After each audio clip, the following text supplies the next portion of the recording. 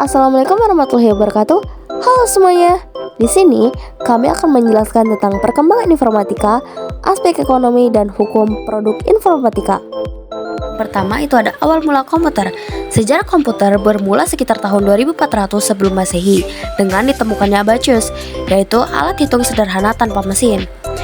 Lalu pada tahun 1642, Blaise Pascal mengembangkan kalkulator roda numerik, yaitu numerical well calculator, yang digunakan untuk menghitung pajak dan bisa menjumlahkan angka hingga 10 digit.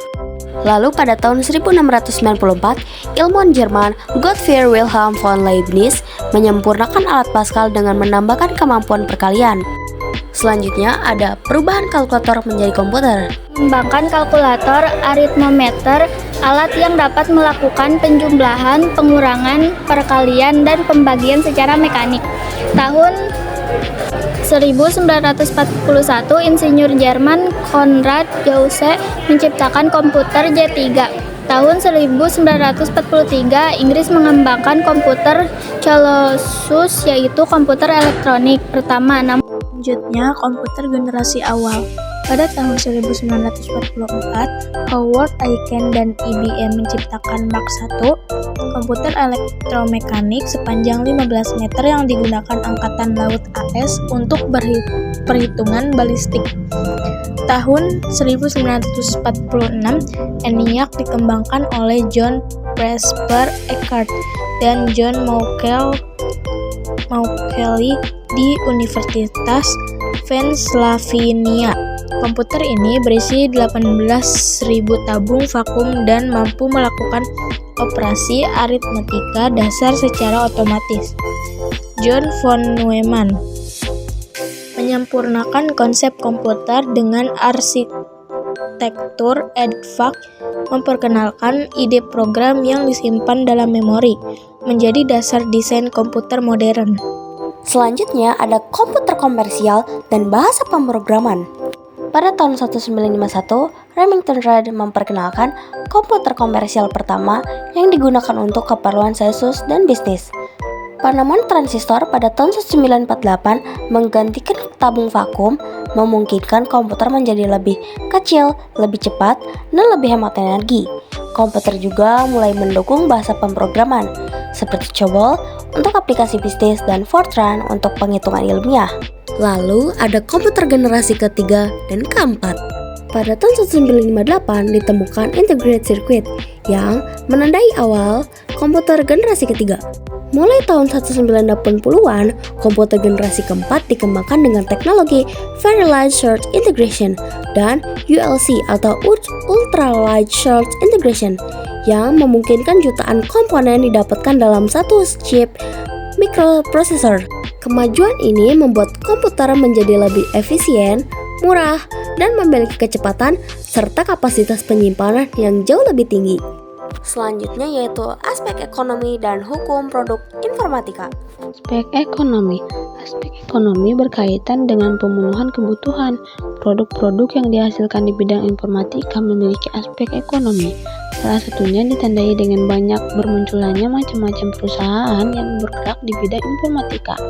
Tak hanya itu saja, banyak juga bermunculan industri peripheral seperti printer, mouse, keyboard, dan scanner. Beberapa tahun terakhir, kemajuan teknologi juga menjadi salah satu faktor munculnya perusahaan rintisan.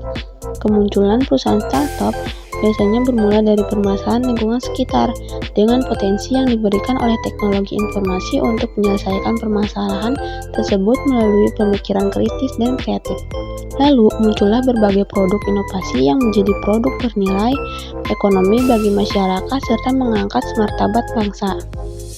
Munculannya industri perangkat keras ini menjadi awal lahirnya industri manufaktur perangkat keras.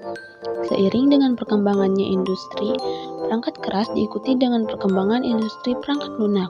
Saat ini, perangkat lunak tidak hanya sebatas ditunjukkan pada aplikasi perkantoran yang mendukung sistem kerja, komputer, dan laptop. Banyak perusahaan besar yang telah lahir dari kemunculan komputer seperti Microsoft, Apple, Google, Facebook, Amazon, dan Tencent.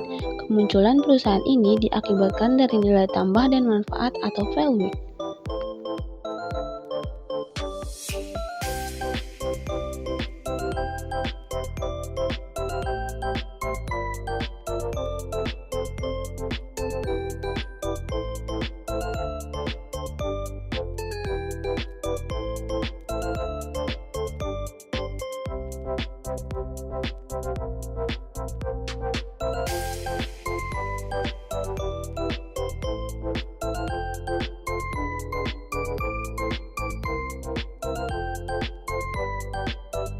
Yang terakhir yaitu lisensi suatu produk informatika.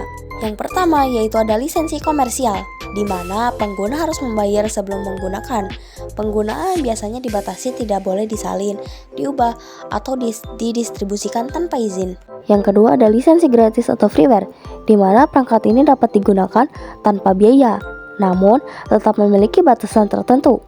Pengguna tidak diizinkan untuk mengubah atau mendistribusikan ulang program. Yang ketiga yaitu ada lisensi open source, memberikan kebebasan kepada pengguna untuk menggunakan, memodifikasi, dan mendistribusikan perangkat lunak, contohnya seperti Linux dan Chrome. Dan yang keempat ada lisensi dominan publik, menggunakan lisensi yang sepenuhnya bebas. Perangkat lunak dengan lisensi ini dapat digunakan, diubah, dan disebarluaskan oleh siapapun tanpa pembatasan hak cipta. Cukup sekian, terima kasih sudah menonton, dan sampai jumpa.